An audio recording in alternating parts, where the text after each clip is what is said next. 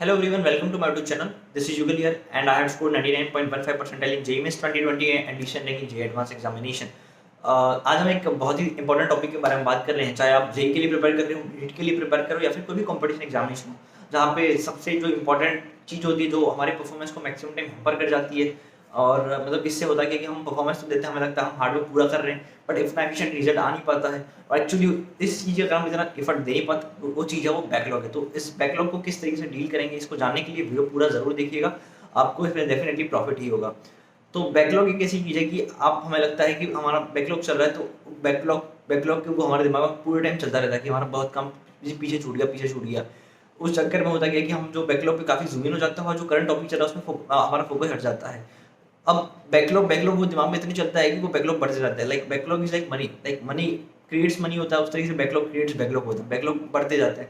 तो बैकलॉग आप किस तरीके से इसको संभालेंगे, अभी भी इस पे बहुत सारा बैकलॉग हो गया, बट बैकलॉग को किस तरीके से आप देखें, यह है कि आप जो है कि पहली से पहली बात है, आप बैकलॉग है आपका वो भूल जाओ, ये आपका बैकलॉग भी कोई है। ये जितना कहने में आसान है करना उतना ही मुश्किल है कि बैकलॉग हमारा है उसको भूलना। बट प्रॉफिट तभी है, इसका प्रॉफिट तभी होगा जब आप इस चीज़ को भूलेंगे। अगर इस चीज़ को भूलेंगे नहीं आप, तो आप इससे निकल ओवरकम नहीं कर पाएंगे। जैसे कि अगर आप क्लास 11 के स्टूडेंट हो और आपको लग रहा है कि हमारा काफ़ी बैकलॉग क्रिएट हो चुका है, हम इस चीज़ को कैसे डील करें, तो आपको इतना ज़्यादा मतलब रिग्रेट करने की जरूरत नहीं कि मेरी चीज़ें पीछे छूट गई हैं। क्योंकि होता है कि आप क्लास 11th में, अभी क्लास 12th और आई है, और वैसे जेई में और या फिर कोई भी कॉम्पिटिशन एग्जाम होता है वहाँ पे क्लास 12th की तरफ से थोड़ा ज़्यादा क्वेश्चन नहीं आता जेई और नीट में। तो आप जो है वो आपके पास काफ़ी एक इनिंग बची हुई है। तो क्लास 12th इज आपका पूरा उसमें आप कोशिश करेंगे उसमें कोई बैकलॉग ना क्रिएट हो। और आपका अभी बैकलॉग क्रिएट हुआ है तो वो 11th का एक ब्रेक भी आता है, जो क्लास 12 से 11 में शिफ्ट हो गए वहाँ पे आप कर सकते हो।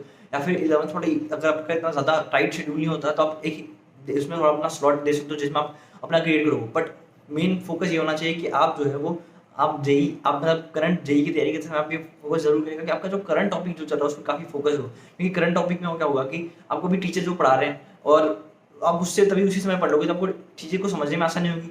वो चीज इतनी अच्छी एफिशिएंट तरीके से आप समझ सकोगे उसको, और उसको टाइम भी कम लगेगा। आप खुद से पढ़ोगे बाद में तो टाइम ज्यादा लग जाएगा उस चीज का, और इतना एफिशिएंसी आ नहीं पाती है। तो बेटर ये होगा कि अभी जो आपका करंट टॉपिक चल रहा है उस पर फोकस करिए, क्योंकि आपके पास अभी कुछ इतना गया नहीं नुकसान का, तो एकदम सही तरीके से आप चलेंगे उस चीज को करेंगे तो आपका कुछ होगा नहीं। क्योंकि आपको काफी टाइम मिलेगा, रिवीजन भी होगा 12th में, जहाँ पे मतलब एक बार कोर्स है उसमें रिवीजन भी होगा, जहाँ के मेरे वो वहाँ पे आपको समय मिल जाएगा। तो इतना ज्यादा है नहीं, आप थोड़ा एकदम लाइट होगी इसको थोड़ी इस तरीके से थोड़ा मिस मैनेज ही कर लेंगे उसको, आप जो मिसमैनेज जो चीज़ें उसको, तो आप इससे रिकवर कर सकते हैं। तो इसमें एक ईजी वे होगा आपके लिए, ईजी जर्नी होगी बैकलॉग को हटाना। बट अगर आप इसको सोच इसके बारे में रिग्रेट करते रहेंगे और आगे बढ़ते रहेंगे तो आपका बैकलॉग क्रिएट होता ही रहेगा।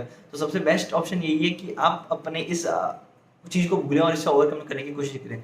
दूसरी चीज़ वो है जो क्लास 12th में है, तो क्लास 12th में उनको भी यही होगा कि वो अपनी जो करंट जो स्टडीज चल रही है उसको बिल्कुल भी इग्नोर ना करें, क्योंकि वही होगी जो टीचर पढ़ा रहे काफ़ी फ्रेश होता है उस चीज़ को देखना। तो आप ये कोशिश करिए जो करंट टॉपिक चल रहा है उस पर ही फोकस करें। जो बैकलॉग वाली जो चीज़ आगे जो पीछे छूट गई है वो चीज़, उस पर इतना ज़्यादा फोकस ना करें। आप ये कोशिश कर सकते हैं, मतलब ऐसा तो होगा कि आपको जो आपकी जो कोर्स है उसके बाद के पास मिनिमम 2 बार तो कोचिंग, अगर किसी कोचिंग में एनरोल्ड है तो 2 बार रिवीजन तो करवाएंगे ही सही।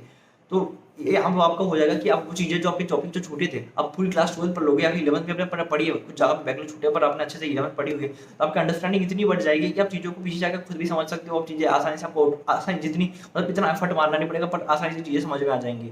तो आप इस तरीके से अपनी चीज़ों को देख सकते हो। या फिर आपको ऐसे ही लग रहा है कि हमारा मतलब ज़्यादा जा रहा है, तो आप कोशिश करेगा कि 1-1 घंटा दिन में निकाल दें, फिर संडेज़ को देख लें। बट उस टाइम को निकालने के चक्कर में आप करंट स्टडी को बिल्कुल भी हैम्पर ना करिएगा, क्योंकि करंट जो टॉपिक है वो काफ़ी इंपॉर्टेंट होते हैं। आपको आगे टाइम मिलेगा, क्योंकि आपको भी चीज़ को पता नहीं कि हमें आगे टाइम मिलेगा नहीं मिलेगा, बट डेफिनेटली आपको मिलता है। अगर आपको ऐसा नहीं लग रहा तो आप अपने जो कोचिंग है वहाँ पे पूछ लीजिए कि कब तक कोर्स खत्म होगा, हमारा किस तरीके से चीज़ें होंगी। वो प्लानिंग जो उन्होंने की होगी वो आपको डेफिनेटली बताएंगे, तो आपको काफ़ी टाइम मिलता है।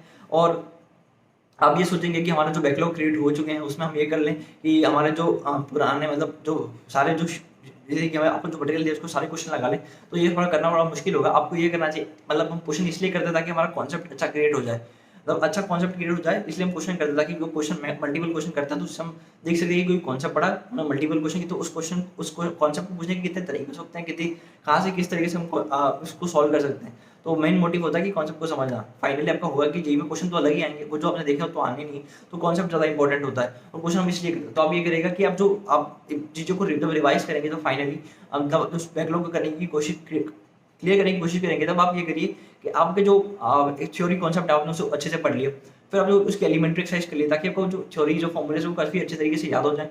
वो एलिमेंट्री एक्सरसाइज करने के बाद हो जाएगा प्रीवियस ईयर क्वेश्चन डेफिनेटली करेगा। प्रीवियस ईयर क्वेश्चन में आपको जो जेईई का जो पैटर्न एक्चुअल वो कम से कम हो जाएगा। इससे क्या होगा कि आप जो मिनिमम जो सिंपल टू मीडियम और मीडियम क्वेश्चन जो होंगे वो आप कर लोगे ताकि आप जेईई के कॉम्पिटिशन में बने रहो। इसके कारण आप कॉम्पिटिशन से बाहर ना जाओ और आपको आगे आगे जैसे टाइम मिल जाता है कि आप चीज़ों को इतना पढ़ोगे, आपकी मेंटल स्ट्रेंथ इतनी बढ़ जाएगी और पेपर भी बहुत दोगे। आप जो पेपर आपको लीव नहीं करने, चाहे आप कैसे भी पेपर बनते हो, बिल्कुल अपने जहाँ पे पेन रोड उसके पेपर पूरे देने, उस पेपर को देते जाओगे। वहाँ पे क्वेश्चन आएंगे, वो क्वेश्चन काफ़ी मुश्किल है, कभी भी मुश्किल बनते तो क्वेश्चन आप उसको अपने फ्रेंड्स के साथ डिस्कस करिएगा, अपने टीचर के साथ डिस्कस करिएगा, तो उस तरीके से आप अपने उस बैकलॉग को क्रिएट करके मतलब एक पूरा सही तरीके से कंप्लीट कर सकते हो। अगर आप ये सोचोगे कि मैं सारी एक्सरसाइज कर लूँगा साथ में, तो वहीं कहीं आपकी मतलब कहीं 5 टॉपिक में बैकलॉग में तो आपका एक ही टॉपिक क्लियर होगा, उतना आएगा नहीं।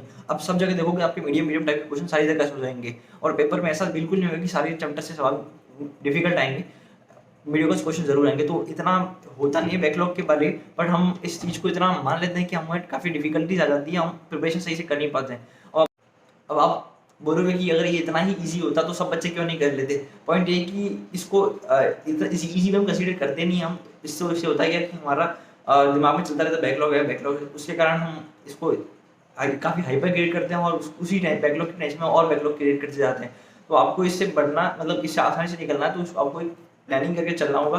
चीज़ों को जिस तरह से मैंने अभी बताया उसका यूज़ करिए, आपको डेफिनेटली ये चीज़ मदद करेगी। अपने टीचर से भी गाइडेंस लीजिए इसकी, फ्रेंड से मतलब जो टॉपिक नहीं है उनको फ्रेंड से समझने की कोशिश कीजिए पुराने, बट हाँ करंट टॉपिक को आपको हैम्पर नहीं करा, करंट टॉपिक पे आपको लगे रहना है। इस वीडियो को ज़्यादा से ज़्यादा शेयर करना, क्योंकि बैकलॉग एक ऐसा पॉइंट है जो मैक्सिमम लोगों को होता ही है। बैकलॉग आप कितनी भी प्रिविजन अच्छे दिला, आपका कुछ ना छूट ही जाता है और उसके चक्कर में आप बाकी चीज़ें ना बिगाड़ दो। डेफिनेटली दूसरों को भी मदद करेगा। और ऐसी इन्फॉर्मेटिव वीडियो के लिए डेफिनेटली मेरे चैनल को जरूर सब्सक्राइब करिएगा और इस वीडियो को ज़्यादा से ज़्यादा शेयर करिए।